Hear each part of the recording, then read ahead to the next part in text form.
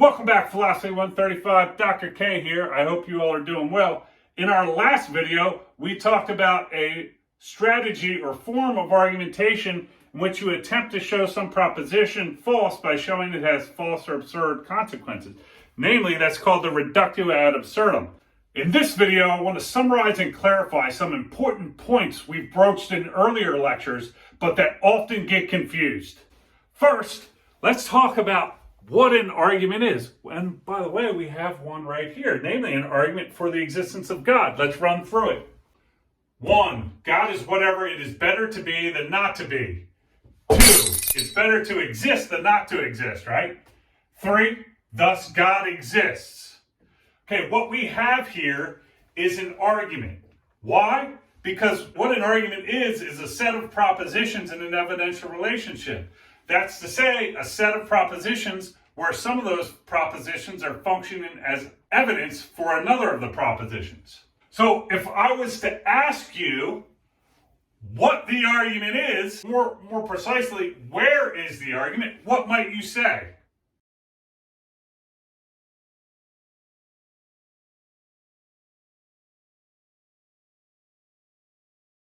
A lot of times students will say, well, the argument is that God exists. No, that's a part of the argument. The argument is this whole thing here, right? This whole thing here is the darn argument. Because an argument is a set of propositions in an evidential relationship. That's to say, a set of propositions where some propositions are functioning as evidence for another, right? So this whole thing here is the argument.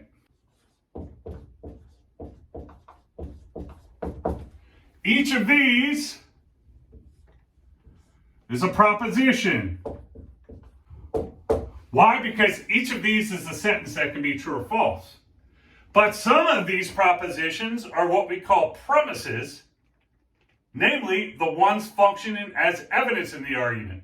So which of the propositions up here, out of 1, 2, and 3, are functioning as evidence?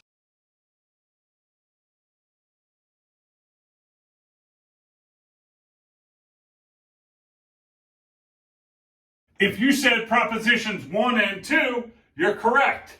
And what do we call a proposition that functions as evidence in an argument? That's called a premise. So both 1 and 2 are premises. These are propositions that are premises.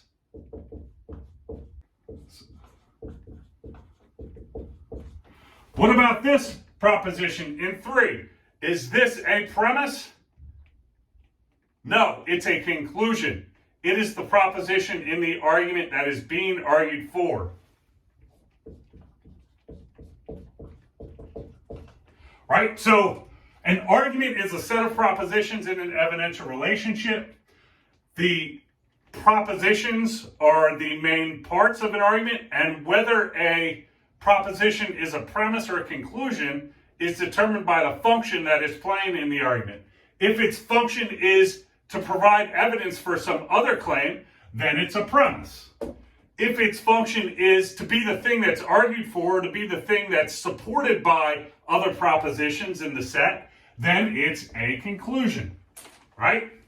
Now, we outlined some properties that arguments could have, namely validity, invalidity, soundness, and unsoundness. An argument is valid when it's the case that if the premises were true, the conclusion would be true. That's to say, the reasoning is complete. The premises add up to the conclusion. There's no gaps that leaves you thinking, I don't see how you're getting from these claims to this claim, right? A valid argument is where everything adds up. It's where if the premises were true, then the conclusion would be true. An invalid argument would be one where even if the premises were true, it wouldn't prove the truth of the conclusion, right? So arguments can be valid or invalid.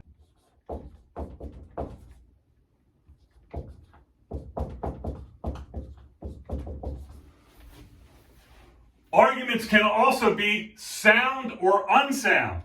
An argument is sound when it's valid and has all true premises. An argument is unsound if it's either invalid or has one or more false premise, or both invalid and has one or more false premise. All right, so again, arguments can be valid or invalid and sound or unsound. So validity and invalidity and soundness or unsoundness are properties of arguments, the whole set of propositions. Truth and falsity are properties of propositions. So each of these propositions can be true or false. Right? So the point here is that validity and invalidity are properties of arguments. That's to say, this set of propositions. Soundness and unsoundness are properties of arguments. That's to say, this set of propositions. Where truth and falsity are properties of propositions. Those are things that propositions have. Propositions are either true or false.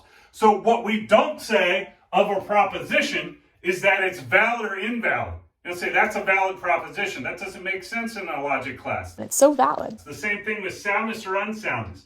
Again, soundness and unsoundness, validity and invalidity apply to arguments, whereas truth and falsity apply to propositions. So accordingly, you wouldn't say that's a true argument or that's a false argument, because truth and falsity do not apply to arguments as a set of propositions, but to individual propositions.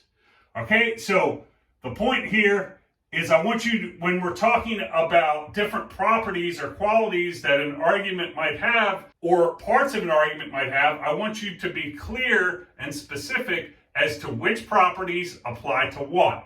Validity and invalidity, soundness and unsoundness are properties of arguments, this whole thing here, and truth and falsity are properties of propositions.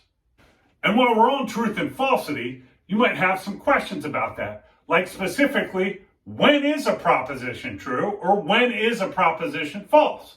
Well, one of the most famous theories of truth in the history of philosophy is what's called the correspondence theory of truth. And it holds that propositions are true when they correspond to the way that the world is. So the idea here is that there is a way that the world is. And a proposition is true when it accurately corresponds to or reflects or represents the way that the world is. And when a proposition fails to correspond to, represent, or reflect the way that the world is, then it's false. For example, if I said that grass is green, right, I would be expressing a proposition that corresponded to the way that the world was.